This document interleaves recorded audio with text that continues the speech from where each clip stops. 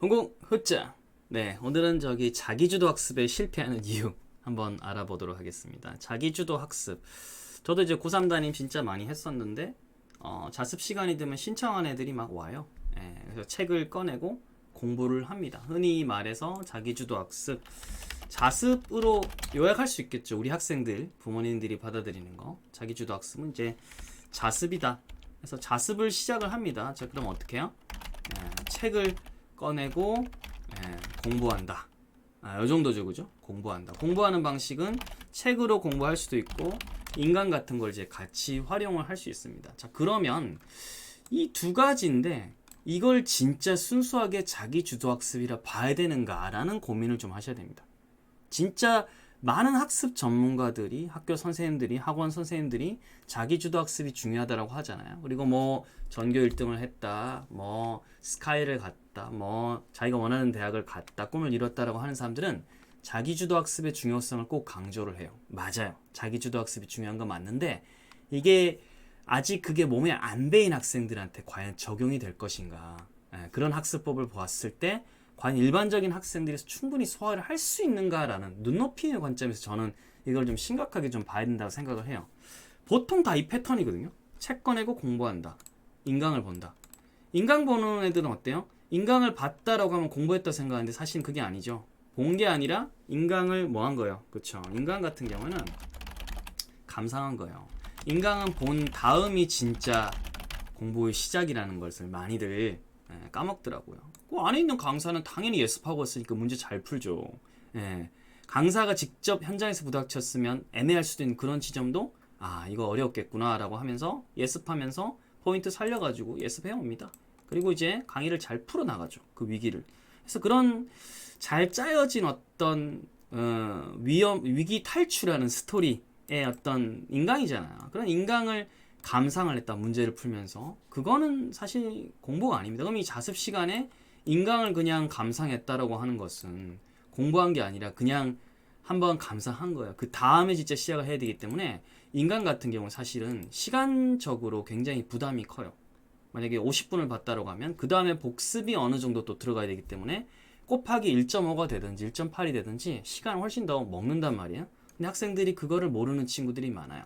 인강은 본 다음에 내가 어떻게 복습을 해야 될지를 처음에 강의 들어갈 때 맛보기나 오리엔테이션에서 상당 부분 결정을 하고 들어가야 됩니다. 그렇지 않으면 인강 분명히 이제 50강 완강했는데 남는 게 없는 그런 상황이 벌어져요. 그럼 분명히 난 자기 주도 학습 시간에 자습 시간에 인강을 가지고 뭔가 따라서 쭉 커리대로 갔는데 남는 게 없는 상황이 벌어지죠. 상당히 많은 학생들이 그러고 있어요. 다음에 이제 인강 학습법에 대해서 이야기할 때 조금 자세하게 다뤄드리도록 할게요. 제가 인강 찍는 사람이지만 인강을 너무 안타깝게 보는 친구들이 많아서 그거 좀 자세히 다뤄드릴 거고요. 그럼 얘는 좀 이제 좀 수동적이라 치고 책을 가지고 내가 주도적으로 한다. 그럼 얘도 한번 물어볼게요. 자, 책 선정입니다. 과연 누가 했나? 책 선정 누가 했나 과연. 자, 첫 번째 내가 했다. 내가 순수하게 했다. 두 번째 기관 주도했다. 쌤 제가 당연히 했죠 라고 하는 친구들도 2번 들어보면 또 바뀔 수도 있어요. 기관 주도라는 게 뭐냐면 조만간 수행평가나 어떤 시험 평가가 있어가지고 그 분야의 책 뭐 이거 봐야 된다. 혹은 학원에서 뭐 시험 쪽지 시험이든 혹은 이제 학교 시험을 앞두고 조금 더 학원에서 문제풀이를 많이 할 건데 선생님 풀어오라고 했다라고 하는 경우, 이때는 내가 선정한 거 아니에요, 여러분들. 그잖아요. 외부 요소잖아요. 그죠? 기관이 주도한 거예요. 학원이든 학교든 기관에서 거기 있는 가르치는 사람이 주도해서 이거 가져오라고 한 거예요. 그럼 이게 맞을 수도 있죠. 여기 있는 책과 이런 것들이 나한테 맞을 수도 있는데 애초에 나랑 만약에 이 수업이 이 책이 궁합이 만약에 안 맞는 거라면 어떡할 거예요? 그러면 그 시간에 내 책 선정은 실패한 거잖아요. 혹은 뭔가 비효율적인 거잖아요. 그래서 이게 외부 주도면, 만약 외부 주도로 책을 선정했다면 반드시 그게 있어야겠죠. 내가 선택하는 것도 있어야 되는 겁니다. 1번에 다시 들어가니까 내가 선택하는 것도 들어가야 됩니다. 무슨 말 알겠죠? 과목이라든지 책을 선정한다는 것은 기관 주도도 있다면 내가 선택하는 것도 이제 공존해야 된다는 거예요. 내가 선택하는 것들은 뭐냐면 2번에서 부족한 부분, 혹은 내가 개념을 쌓아야 할 부분입니다. 이렇게 개념을 쌓는다든지 2번에서 내가 이걸 하면서 부족한 부분, 구멍을 이제 메워야 되는 거죠, 그죠?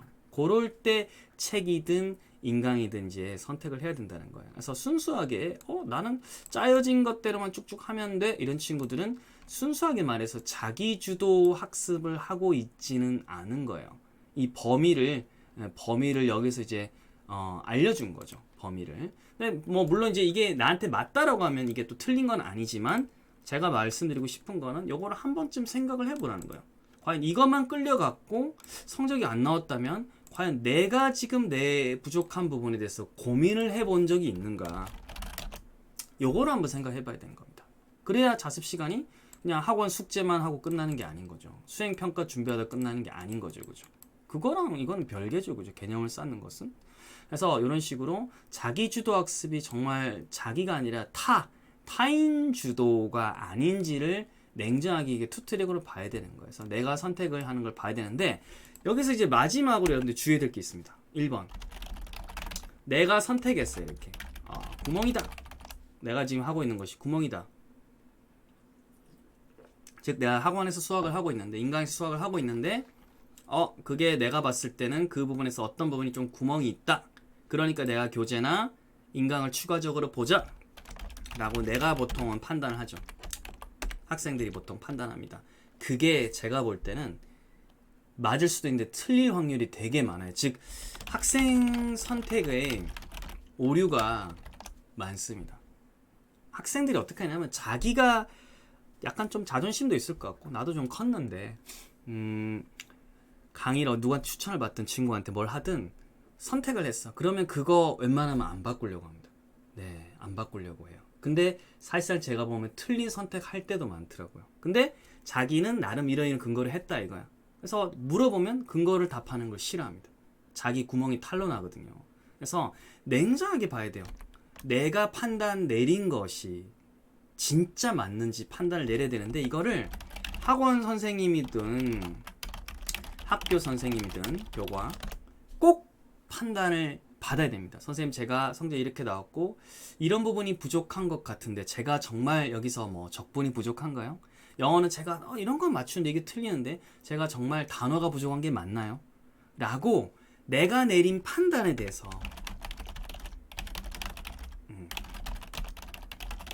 이겁니다. 이렇게 내가 내린 판단에 대해서 다시 한번 외부인한테 판단을 받아야 되는 겁니다. 즉, 자기 주도가, 그쵸? 내 주도가 좀 들어가긴 들어가야 되는데, 이 판단에 대해서 객관성이 없기 때문에, 그쵸? 이런 이제 전문가들한테 다시 판단을 받아야 돼요. 그래서 판단 받으면서 내가 선택했던 부분이 이게 부족하구나라는 것을 내 판단에 대해서 다시 이제 수정을 할 수 있어요. 그래서 판단 수정을 하게 되면 메타인지력이 이제 어떻게 보면 상승하게 되는 거죠. 내가 이렇게 생각했던 부분이 이게 잘못됐구나. 수정을 했어. 수정을 하고 자습 시간에 공부를 하고 시간 배분을 했더니 성적이 올라. 오케이. 그러면 다음에 요거랑 비슷한 상황이 나타났을 때도 이렇게 하면 되겠군. 그리고 그게 불안하다라고 하면 다시 한번 이 선생님들의 자문을 얻겠어 라고 하는 것까지도 어떻게 보면 메타인지 안에 다 포함이 되는 거잖아요. 그쵸?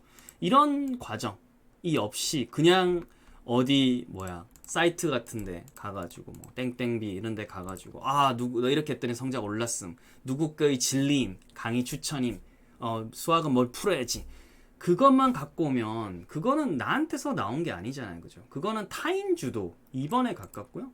그리고 일면식도 없는 사람이잖아요. 그 사람이 이래가 성적 올랐는데 그게 여러분들의 변수랑 무슨 상관이 있어요? 보편성으로 들어맞을 수도 있지만 아닐 확률도 굉장히 높거든요. 근데 의외로 학생들 그거에 잘 넘어갑니다.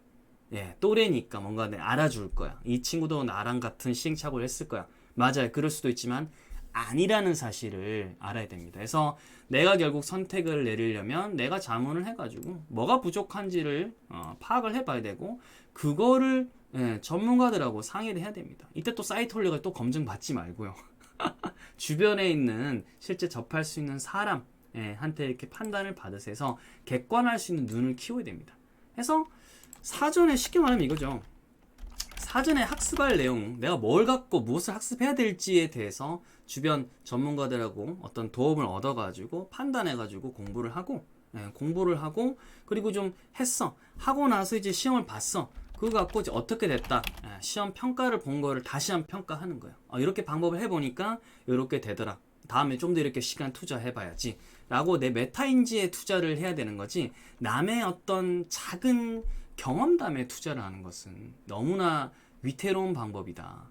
라는 생각이 들고 생각보다 굉장히 많은 학생들이 굉장히 어설프게 자기주도 학습합니다. 그냥 누가 정해준 거 가지고 그냥 자습 시간에 책 꺼내서 그냥 감상한다, 공부한 데서 끝나는 경우가 굉장히 많습니다. 그래서 그러한 우를 절대 범하지 마시라고 자기주도 학습은 철저하게 그렇죠. 먼저 뭘 공부해야 될지 나가서 끝난 다음에 이게 잘 됐는지 그거를 주변 전문가들하고 상의를 하면서 메타인지를 잘 키우시라고 이렇게 말씀드리고 싶습니다.